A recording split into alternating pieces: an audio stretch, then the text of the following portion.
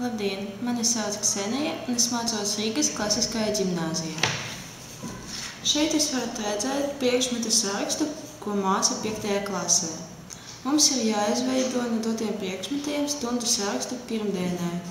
Pirmdien 5. klase mācās 5 stundas un stundas neatkārtojas. Viena no iespējām ir uzrakstīt šādu stundu sarakstu, tomēr tas var izskatīties arī savādāk.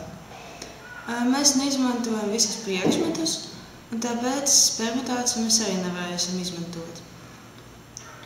Mums ir svarīga secība, tāpēc mēs izmantojam variāciju.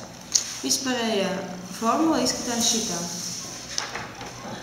kur n ir priekšmetu skaitlis, bet k ir stundu sarakstu skaitlis.